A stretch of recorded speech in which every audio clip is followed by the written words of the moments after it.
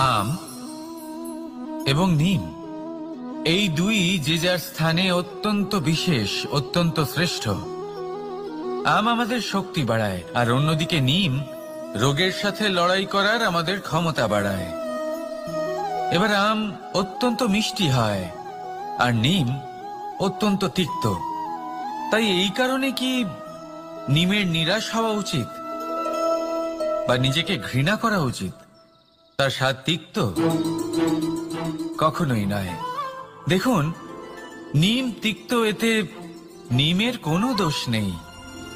দোষ হলো জিহ্বার, যে মিষ্টি পছন্দ করে, তিক্ত পছন্দ করে না। কিন্তু যদি আপনি নিজের জীবনে নিমের প্রয়োগ না করেন, তাহলে আপনার রোগ প্রতিরোধ ক্ষমতা বাড়বেই না। তাই নিম হলো অত্যন্ত গুরুত্বপূর্ণ। এর থেকে আপনি কি শিক্ষা পেলেন? এটাই যে জীবনে কখনো অন্য কারোর মাপকাঠি দ্বারা নিজেকে পরখ করবেন না।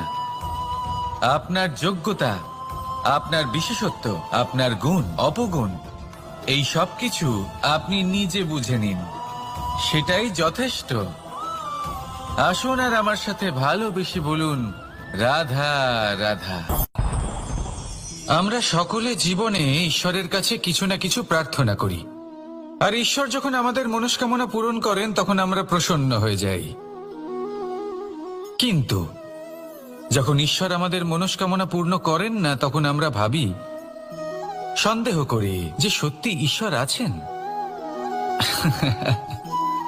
আপনাকে একটা কথা বলি, আপনি যদি ঈশ্বরের সম্মুখে নিজের ইচ্ছে বা মনস্কামনা রাখেন আর ঈশ্বর তা পূরণ করেন, তার অর্থ হলো ঈশ্বর এটা জানেন যে আপনার তার প্রয়োজন রয়েছে। কিন্তু যদি আপনি কামনা করেন আর তা পূর্ণ না হয়, তাহলে শুধু এটা মনে রাখবেন যে ঈশ্বর সেই সব দেখতে পান যা আপনি দেখতে পাচ্ছেন না। দ্বিতীয় কারণ হলো এটা,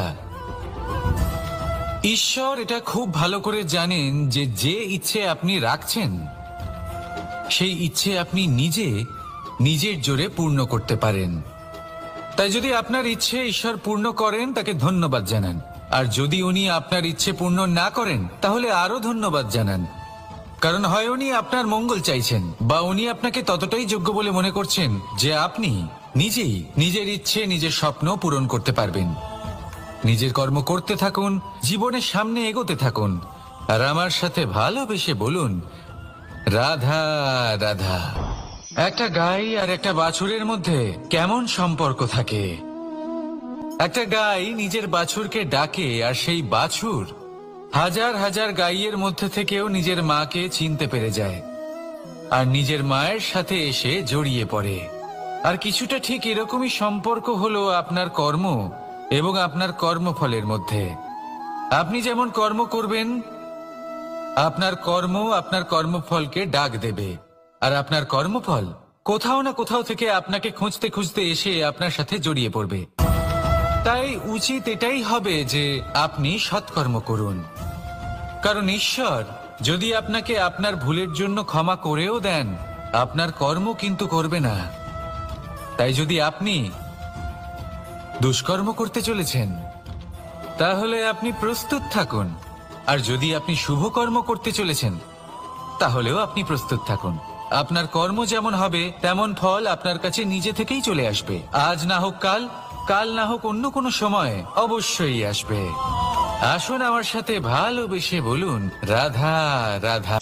কোনো বাড়িতে, কোনো পরিবারে যখন কারোর জন্ম হয়, তখন তা কত সুখের মুহূর্ত হয়।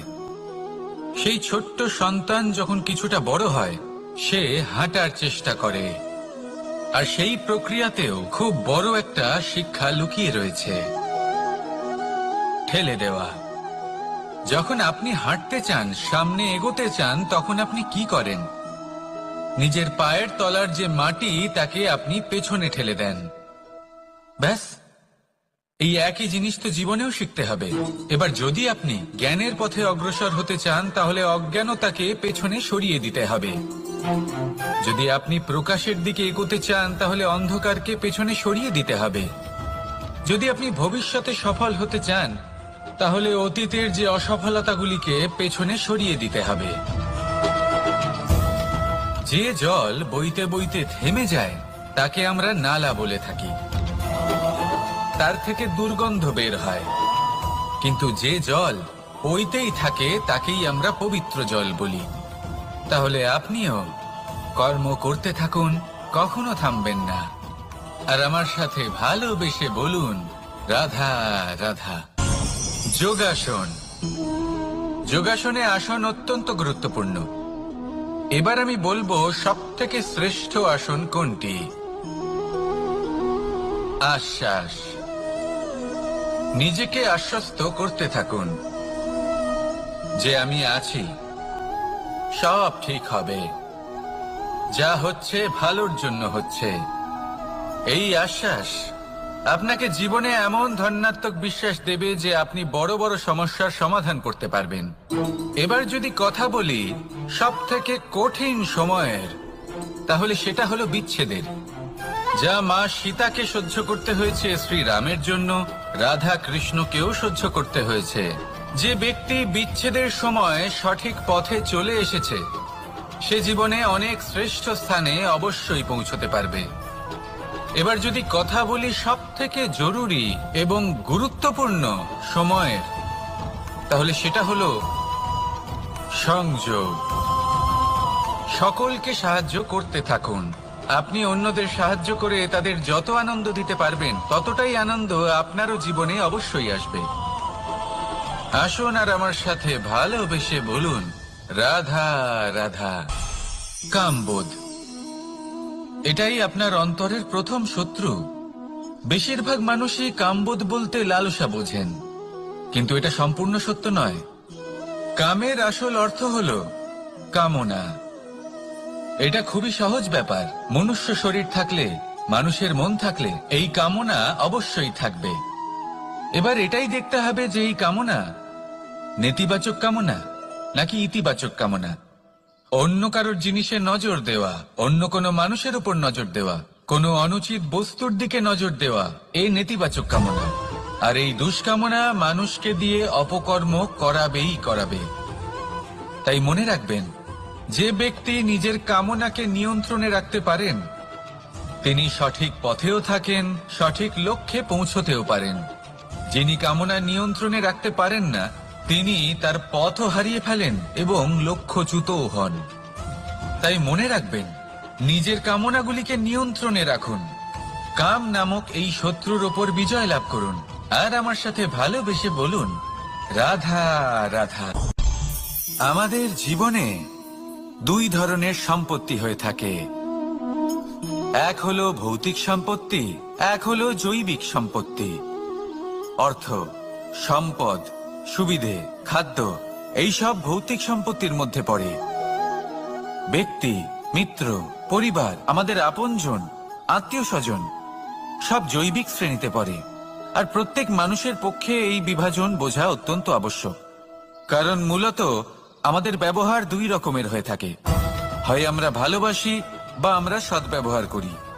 আর সবথেকে বড় ভুল আমরা তখন করি যখন আমরা বুঝতেই পারি না যে ভালোবাসবো কাকে আর ব্যবহার করব কাকে। আমরা ভৌতিক সম্পত্তি ভালোবেসে ফেলি আর ব্যবহার করি জৈবিক সম্পত্তিকে, যেখানে এটা অনুচিত। জৈবিক সম্পত্তিকে ভালোবাসুন আর ভৌতিক সম্পত্তিকে ব্যবহার করুন। যেদিন আপনার মধ্যে এই বোধ জাগ্রত হবে যে কাকে ভালোবাসবেন আর কাকে ব্যবহার করবেন, সেই দিন আপনার জীবনে শুধুই শান্তি বিরাজমান হবে। আর তখন এই মন প্রসন্ন হয়ে বলবে, রাধা রাধা।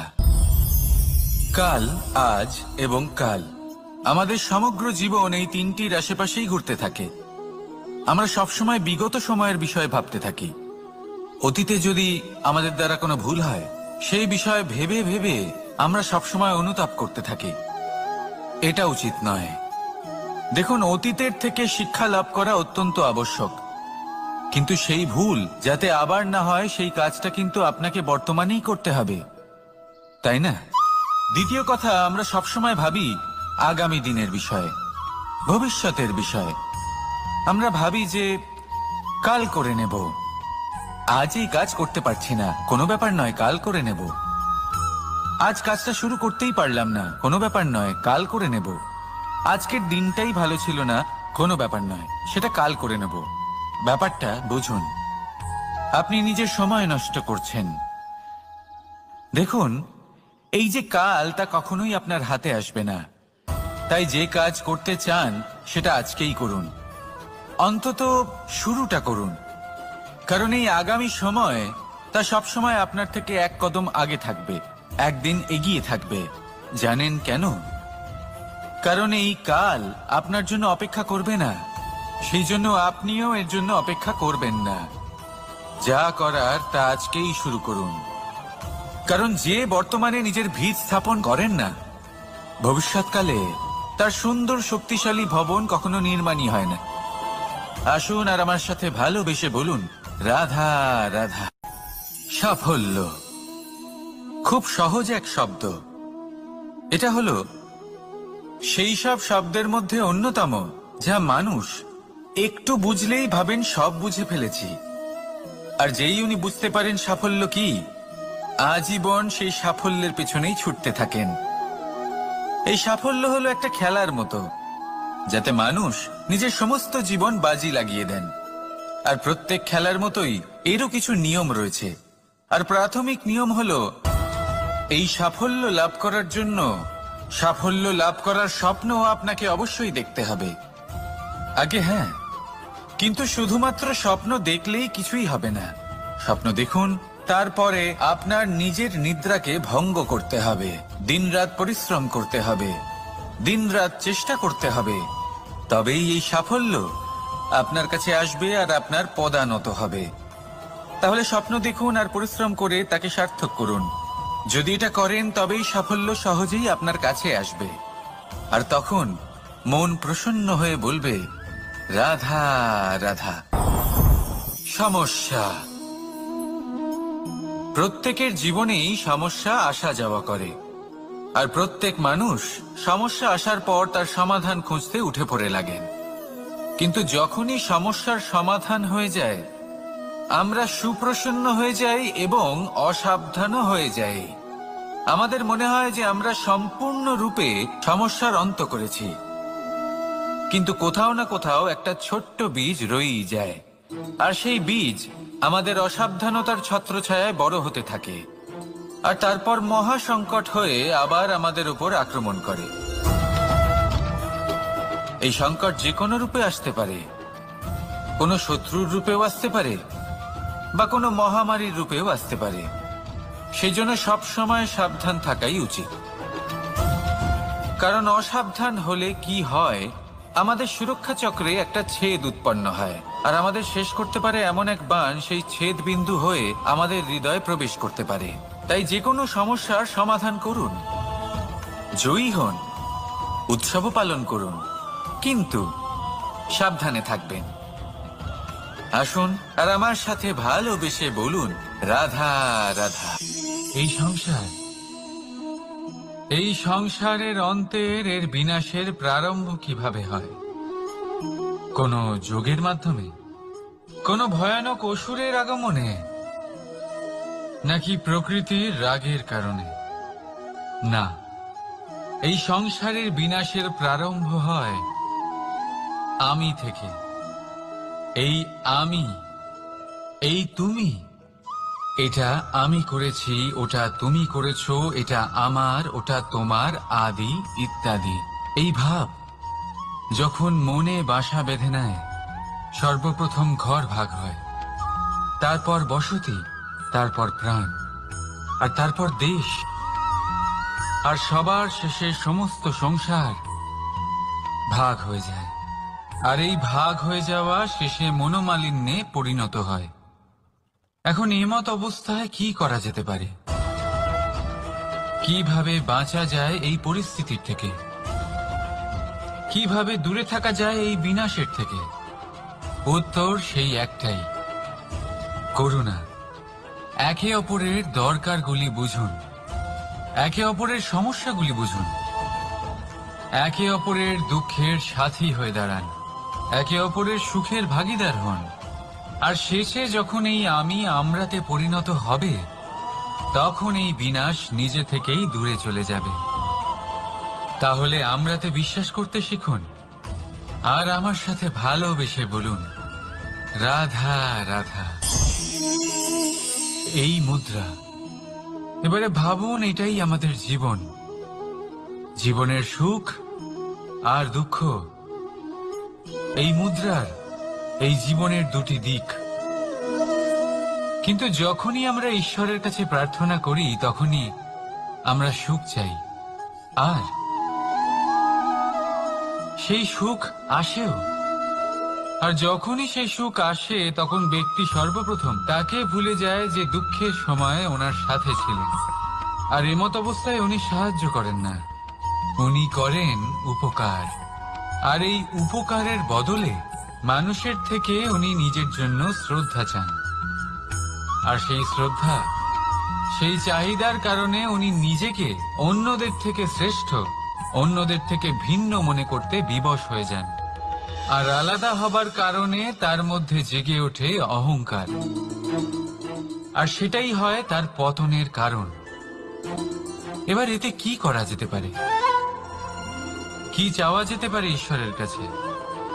এই প্রশ্ন অবশ্যই মনে আসে। ঈশ্বরের কাছে চান সুখ, শুধুমাত্র ততটাই যাতে অহংকার না আসে, আর দুঃখ ততটাই যাতে শ্রদ্ধা না চলে যায়। রাধা রাধা।